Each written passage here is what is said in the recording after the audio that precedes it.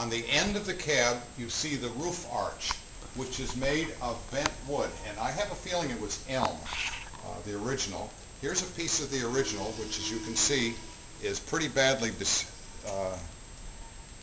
rotted. In fact, when we dropped it on the floor, it fell apart. Very fine, tight grain. It was steam bent. You can see the grain goes parallel with it. If you had tried to cut a piece like that out with a bandsaw, you would end up with short grain on either end, and it would have no structural strength. Whereas when you steam it, it's quite strong, and basically that holds this whole end of the roof together. We had thought we might preserve the original, but as I say, when I took it off, it just fell apart. So we don't have a wood steamer here, which is the way they would have done it originally. They would have put moist steam in a wooden box, and it would have softened the wood up.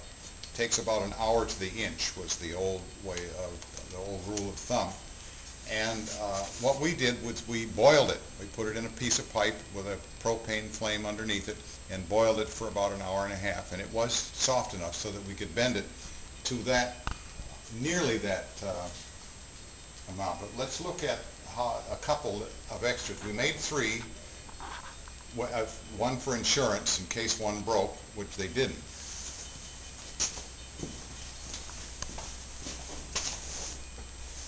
So inside the cab you see a form which we traced off the old one. We calculated about what the angle should, or the bend should be, and then we bend it quite a bit sharper on these two, so that when it springs back, as it does, no matter how much you bend it, should be pretty close to the original.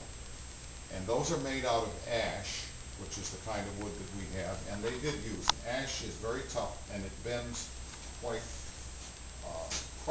readily if you boil it enough.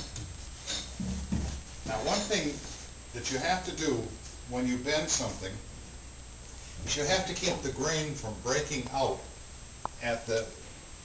on the outside. And when that does that, it'll just crack and break right through. So what we do is we put what's called a tension strap. This is a piece of thin steel which is wrapped around on the end, goes all the way around to the other end of the piece, and is wired in place so that when it bends, it can't go anywhere because it's against the steel. And we've had, through bitter experience, we've learned how important they are. Now, this has been on here for probably close to a month, and I expect it should be pretty close. One thing we'll do, we'll put clamps up on it, and we'll pull it one way and pull it the other way, and it will eventually conform to just what we want for the